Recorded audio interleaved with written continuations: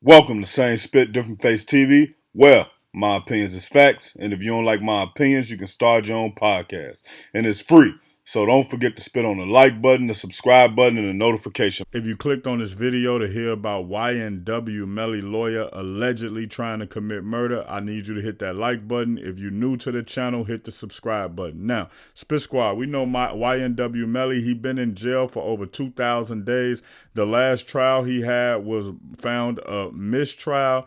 Not to be confused with a not guilty. If he would have gotten found not guilty, he would have walked away. For those of y'all who didn't pay close attention to it, it was one person who was on the actual jury duty who basically allegedly swayed two other people, which means 3 of the 12 jurors found him not guilty, which means that's a hung jury, which causes a mistrial. Now, he could have been let out of jail, but when you in a high profile case like this and it's a double murder and you the prosecutor and you done spent all this money to try to prosecute this guy, you 100% want to go back through it because you feel like, hey, if that one person isn't on the stand, one person is in the juror, we have a conviction. And the other thing about it is that you don't know if you're going to get one of them type of people again who become a juror again, who is a fan of YNW MELLY, or who just feel like, hey, the prosecutor just trying to take down a young black man. I'm voting not guilty no matter what happens. Now, if you remember from the first trial, it was a alleged gang expert of the Florida Police Department. Now, the reason I call him an alleged gang expert because he was saying, well, I watched a couple of YouTube videos. I've been around the streets. I've worked with snitches.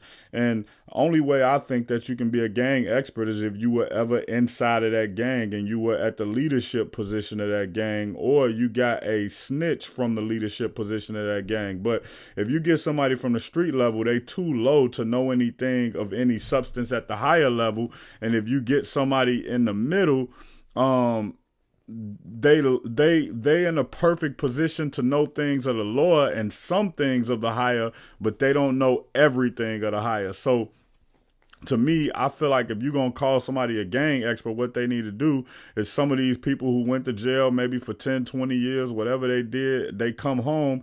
Maybe they let them people get their criminal justice license while they in jail and let those people become gang experts. Now, of course, some of these people wouldn't go on the stand and testify to being gang experts, but the capacity you can use them in is that you can allow them to be a part of the police department and they can start briefing gang task force on what gang life is and the signs and stuff. That's the only way I feel like you can have a gang expert. But anyway, they are alleging that YNW MELLY lawyer, her name is Raven, and they're saying that she allegedly tried to have Danny Polo killed, allegedly.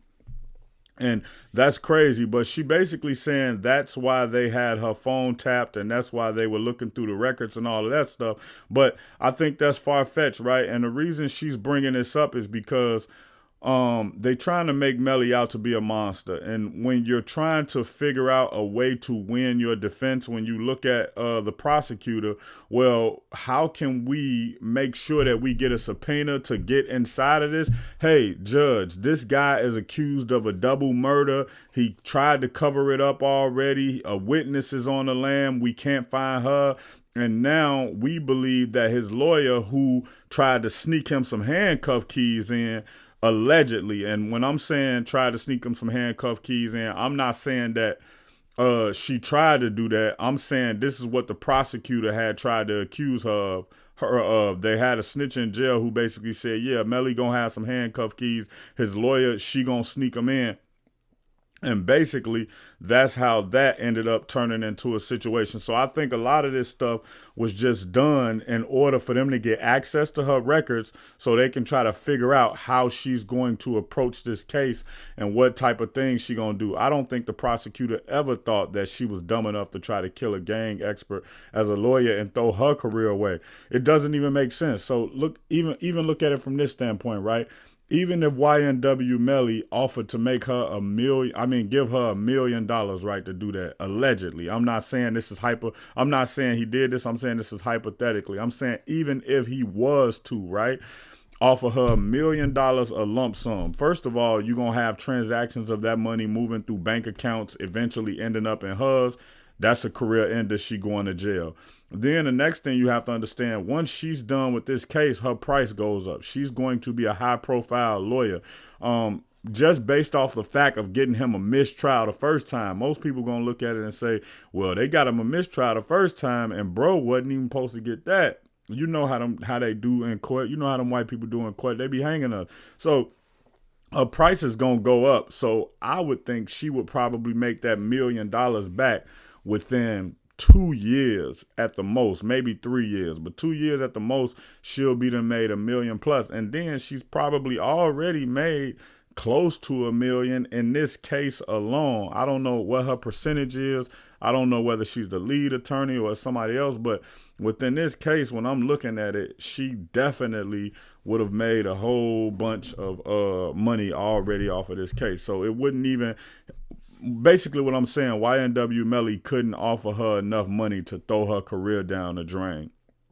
So what do you think this is? I think this was just a tactic of them to be able to get into her iPhone, be able to see some of the strategy, maybe to be able to see some of the witnesses that she may call, maybe see some of the different approaches.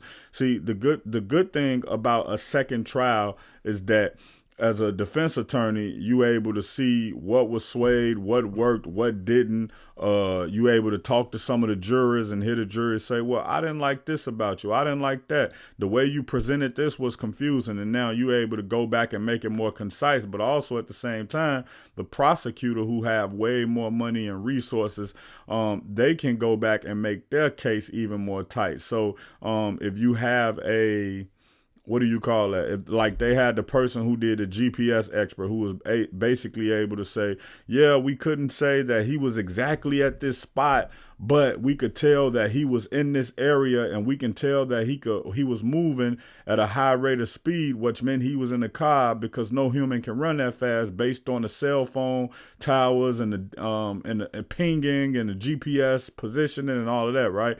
Well, now the prosecutors can look at that and go back and say, hey, is it any way that you can make this more crisp? Is it any new technology or any new science or any other angle that you can come at this that can put him in the area we need him to be in, the area that we already believe he was in? And then they were able to get Mariah. She was on the run, but she came back into the country. And her lawyer actually advised her not to come back in the country until the trial was over. But she came back anyway. Who knows why she came back, but she ended up coming back.